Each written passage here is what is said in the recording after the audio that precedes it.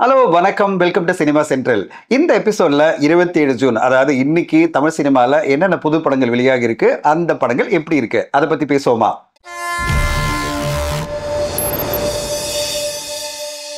இந்த வாரம் 27ஆம் தேதி என்னென்ன படங்கள் ரிலீஸ் ஆயிருக்குன்றது பேசுறதுக்கு முன்னாடி, நம்ம 20ஆம் தேதி ரிலீஸ் ஆன படத்துல என்னென்ன படங்கள் பாத்தீங்க?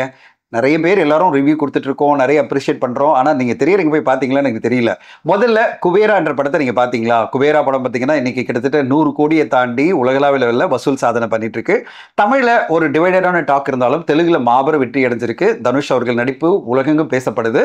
அந்த படத்தை நீங்க பார்க்கலன்னா கண்டிப்பா போய் பாருங்க. உங்களுக்கு ஒருவேளை அந்த மாதிரி கண்டென்ட் பிடிக்குன்னா கண்டிப்பா செலிப்ரேட் பண்ணுவீங்க.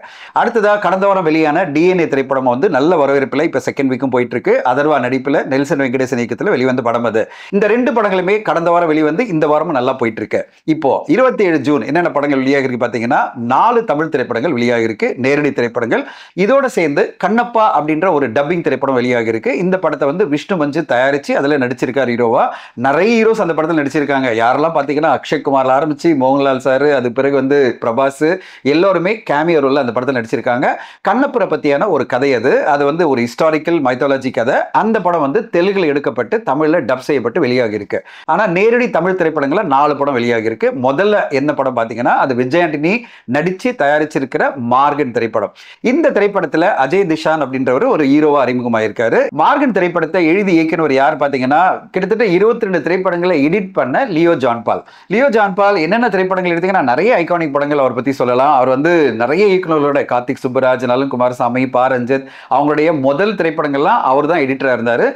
மிகவும் பேசப்படுற ஒரு எடிட்டர். அவர் தான் இந்த திரைப்படம் மூலமா இயக்குனரா அறிமுகமாகிறாரு. இந்த படம் வந்து ஒரு சூப்பர் நேச்சுரல் த்ரில்லர். இந்த படத்துல பாத்தீங்கன்னா சித்தர்களை பத்தியான வாழ்க்கை இருக்கு. அதோட சேர்ந்து பல விஷயங்கள் இந்த படத்துல லியோ ஜான்பால் இன்க்ளூட் பண்ணியிருக்காரு.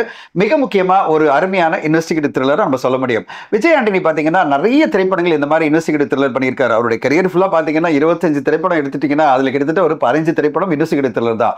நீங்க எடுத்து பாருங்களேன், கொலைகாரன், கொலை அப்படின்னு வரிசையா அவருடைய எல்லா படங்களுமே ஒரு இன்வெஸ்டிகேட்டிவ் த்ரில்லரா இருக்கும்.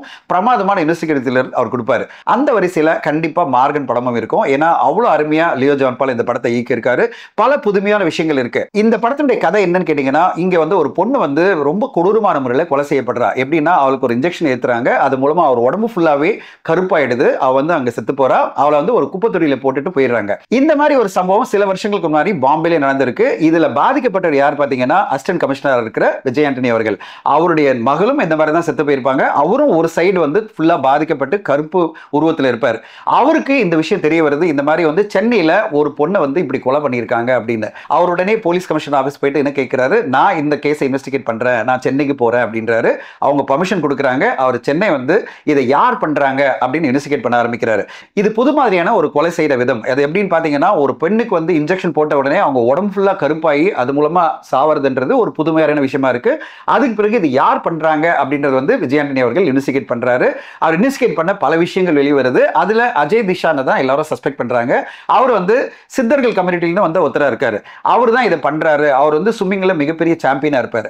அவர் தான் இதெல்லாம் பண்றாருன்னு அவர் இன்வெஸ்டிகேட் பண்றாங்க. ஆனா அதுக்கு பிறகு என்னென்ன மர்மங்கள் வெளிவருது, அவர் தான் உண்மையிலே இதில் இன்வால்வ்டா இல்ல வேற யாராவது இன்வால்வ்டா அப்படின்றத நீங்க படம் பார்த்து தெரிஞ்சுங்க. தமிழ் சினிமா ஆடியன்ஸை பொறுத்தவரைக்கும் பாத்தீங்கன்னா இன்வெஸ்டிகேட்டிவ் த்ரில்லர்னாலே லட்டு சாப்பிட்ற மாதிரி தான். இப்ப சமீபத்தில் வெளிவந்த படங்களை பாருங்களேன். 10 Hours அப்படின்ற ஒரு படம் சிபி சத்யராஜ் நடிப்பில் வெளிவந்தது. அந்த படம் வந்து ஓடிடியில் வந்த பிறகு பெருசும் கொண்டாடப்பட்டது. அடுத்ததா 11 அப்படின்ற படம் நவீன் சந்திரா நடிப்பில் வெளிவந்து இன்னைக்கு பாத்தீங்கன்னா அமேசான் பிரைம்ல ட்ரெண்டிங்ல அந்த படம் வந்து கிட்டத்தட்ட 2-3 வாரம் இருக்கு. அதுவும் ஒரு அருமையான இன்வெஸ்டிகேட்டிவ் த்ரில்லர். அதுக்கு பிறகு டிஎன்ஏ திரைப்படம் கடந்த வாரம் வெளிவந்தது. அதுவும் ஒரு இன்வெஸ்டிகேட்டிவ் த்ரில்லர் தான். ஆனா ஒரு போலீஸ் மாதிரி இல்லாம ஒரு ஹீரோவே அதை இன்வெஸ்டிகேட் பண்ற மாதிரி இருக்கும். சோ தமிழ் சினிமா ஆடியன்ஸ் பொறுத்தவரையும் ஒரு இன்வெஸ்டிகேட்டிவ் த்ரில்லர்னாலே கண்டிப்பா அவங்க வந்து செலிப்ரேட் பண்ணுவாங்க. மார்கன் திரைப்படமும் ஒரு அருமையான இன்வெஸ்டிகேட்டிவ் த்ரில்லர் தான் நான் சொல்லுவேன். நீங்க திரையரங்கில் போய் பாருங்க. ஒரு 2 hours 10 minutes உங்களை கம்ப்ளீட்டா என்கேஜ் பண்ணி ஒரு புது விதமான அனுபவம் கொடுக்கும். பல விஷயங்கள் இந்த படத்துல சர்ப்ரைசிங்கான எலிமெண்ட்ஸ் இருக்கு. நான் எந்த விஷயத்தையும் சொல்லி உங்களுக்கு வந்து ஸ்பாயிலரா இருக்க விரும்பல. கடைசி 30 நிமிஷம் பல புதுமையான விஷயங்கள் இந்த படத்துல இருக்கும். மார்கன் வந்து தமிழ் சினிமாவில் வெளிவந்த ஒரு முக்கியமான சூப்பர் நேச்சுரல் இன்வெஸ்டிகேட்டிவ் த்ரில்லரா இருக்கும் தான் நான் நம்புறேன். நீங்க திரையரங்கில் போய் பாருங்க, கண்டிப்பா உங்களுக்கும் பிடிக்கும். அடுத்து தமிழ் சினிமாவில் 27ஆம் தேதி வெளியான முக்கியமான படம் எது பாத்தீங்கன்னா அது லவ் மேரேஜ். விக்ரம் பிரபு நடிப்பில் சண்முக பிரியன் எழுதி இயக்கத்தில் வெளிவந்த இந்த படத்தை ரைசிஸ்ட் ப்ரொடக்ஷன்ஸ் தயாரிச்சிருக்காங்க. ஒரு இன்ட்ரெஸ்டிங்கான ரொமான்டிக் படமா நம்ம பார்க்கலாம். நம்ம குடும்பங்கள்ல பல பேரை பார்த்து பார்த்திருப்போம். 30 வயசு 33 வயசு கடந்த பிறகும் கல்யாணம் ஆகாம எப்படி குடும்பங்கள்லாம் அந்த பையனை பார்க்குது, அந்த பையனுடைய ஃப்ரஸ்ட்ரேஷன் என்ன, அவன் எப்படி பொண்ணை வந்து இமீடியட்டா ரசிக்க ஆரம்பிச்சிருவான். ஏன்னா கல்யாணமே ஆகாதுன்னு ஊரே சொல்லிட்டு இருக்கும்போது ஒரு பொண்ணு அவரை கல்யாணம் பண்ணிக்கிறேன்னு சொல்லும்போது அது எப்படிப்பட்ட மனநிலையில அவங்க ஏத்துப்பாங்க. ஆனா அதுக்கு பிறகு உண்மையிலே லவ்னா என்ன, எப்படி வந்து ஒரு பொண்ணு வந்து நம்மளுக்கு அமையும் அப்படின்றத ரொம்ப அருமையா சண்முகப்பிரியன் இந்த படத்துல காமிச்சிருக்காரு. இந்த படத்தை பார்க்கும்போது எனக்கு ஃபர்ஸ்ட் ஹாஃப் வந்து கதை இங்க அங்க போனாலும் ஒரு சர்ப்ரைஸ் எலிமெண்டா இன்டர்வல் வந்தது.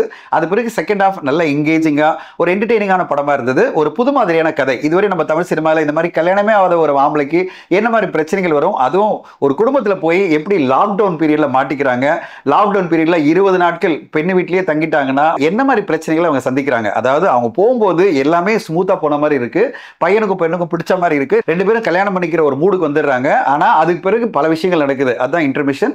அதுக்கு பிறகு செகண்ட் ஹாஃப்ல அங்கிருந்து அவங்க கிளம்ப முடியாம பிரச்சனைகள்லாம் சந்திக்கும் போது மணமகளுக்கு என்ன நல்லது நடக்குது, அதுதான் இந்த படத்துல கதையா வந்து நிக்குது. ஸ்பெஷலி எனக்கு கடைசி 30 நிமிஷம் ரொம்ப பிடிச்சது. பல விஷயங்கள் இன்ட்ரெஸ்டிங்கா இருந்தது. நம்மளுக்கு யார் லைஃப் பார்ட்னரா அமைவாங்கன்றது வந்து இறைவன் விதிக்கப்பட்ட விதின்னு சொல்லுவாங்க. அதாவது திருமணங்கள் எல்லாம் சொர்க்கத்தில் நிச்சயப்பட்டு சொல்லுவாங்கல்ல, அந்த மாதிரி இந்த படத்துல கடைசி 10 நிமிஷம் நமக்கு தெரியும் எப்படிப்பட்ட மாற்றங்கள்லாம் வருது, ஹீரோக்கு எப்படி கல்யாணம் ஆகுதுன்னு. ரொம்ப இன்ட்ரெஸ்டிங்கா சண்முகப்பிரியன் இந்த கதையை கொடுத்திருக்காரு. விக்ரம் பிரபு ஒரு நல்ல நடிப்பை இந்த படத்துல கொடுத்திருக்காரு. ஒரு இன்ட்ரெஸ்டிங்கான புதுமையான ஃபேமிலி என்டர்டெய்னர் பார்க்கணும்னு நீங்க ஆசைப்பட்டீங்கன்னா லவ் மேரேஜ் படத்தை திரையரங்கில் போய் பாருங்க. கண்டிப்பா உங்களுக்கு அந்த படம் பிடிக்கும். அடுத்து தமிழ் சினிமால இந்த வாரம் வெளியான படம் எதுன்னு பாத்தீங்கன்னா அது குட் டே. குட் டே திரைப்படத்துல பிருத்திவிராஜ் ராமலிங்கம் வந்து ஹீரோவா நடிச்சிருக்காரு. அவரே இந்த படத்தை தயாரிச்சிருக்காரு. இந்த படத்துடைய கதை திரைக்கதையிலும் அவர் இன்வால்வ் ஆயிருக்காரு. இந்த திரைப்படத்தை அரவிந்தன் அப்படின்ற ஒரு டெபு இயக்குனர் இயக்கியிருக்காரு. திருப்பூர்ல ஒரு நாள் நடக்கிற கதை தான் குட் டே. பிருத்திவிராஜ் ராமலிங்கம் இல்லைன்னா பிருத்திவிராஜ்னே சொல்லலாம். பிருத்திவிராஜ் வந்து ஒரு மில்ல ஒர்க் பண்றாரு. அங்க அவருக்கு பல பிரச்சனைகள் வருது. அவருக்கு சம்பளம் கொடுக்காம போறாங்க. ரொம்ப ஃப்ரஸ்ட்ரேட் ஆகிறாரு. ஏன்னா வீட்டுல இருந்து பணத்தை கேட்டு போன் வந்துட்டே இருக்கு.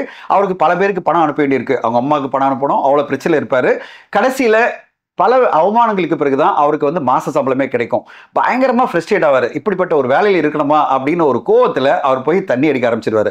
அவருக்கு ரெகுலரா தண்ணி அடிக்கிற பழக்கம் இருக்கு. ஆனா அன்னைக்கு வந்து ஓவரா தண்ணி அடிச்ச பிறகு அவருடைய வாழ்க்கையே மாறி போகுது. அவர் ஓவரா தண்ணி அடிச்சுட்டு என்னென்ன அலப்பறைகள்லாம் ஒரு நைட்ல பண்றாரு, அது பிறகு கடைசியில என்னென்ன மாற்றங்கள் வருது. தண்ணி அடிச்சிருந்தாலும் அது பிறகு அவர் பண்ற சில இன்ட்ரெஸ்டிங்கான விஷயங்கள், ஒரு குழந்தை காணாம போகுது, அந்த குழந்தையை மீட்டு எடுக்கிறதுக்கும் ஒரு முக்கியமான காரணமா பிருத்திவிராஜ் மாறுறாரு.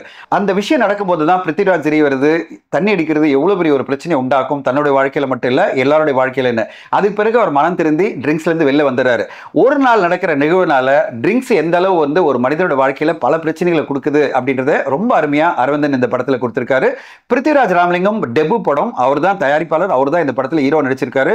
ஆனா ரொம்ப ஆச்சரியமா இருந்தது, டெபு படத்துல இவ்வளவு பெரிய நடிப்பெல்லாம் கொடுக்க முடியுமான்னு. அற்புதமா இந்த படத்துல அவர் நடிச்சிருக்காரு. இந்த திரைப்படம் பார்த்து முடிக்கும் போது ஸ்பெஷலி செகண்ட் ஹாஃப்ல நம்மளுக்கு பல இன்ட்ரெஸ்டிங்கான விஷயங்கள் தெரியும். இந்த படத்தை பார்த்து முடிச்ச உடனே அது சொல்ல வந்த கருத்துக்காக இந்த படத்தை நம்ம பாராட்டலாம். அதாவது தண்ணி அடிக்கிறதுன்றது எல்லோருமே இன்னைக்கு கேஷுவலா பண்ணிட்டு இருக்கும்போது அது எவ்வளவு பெரிய கெடுதலை எல்லா ஃபேமிலிக்கும் உருவாக்கும் அப்படின்றத இந்த படம் மூலமா நம்மளுக்கு சொல்லியிருக்காங்க.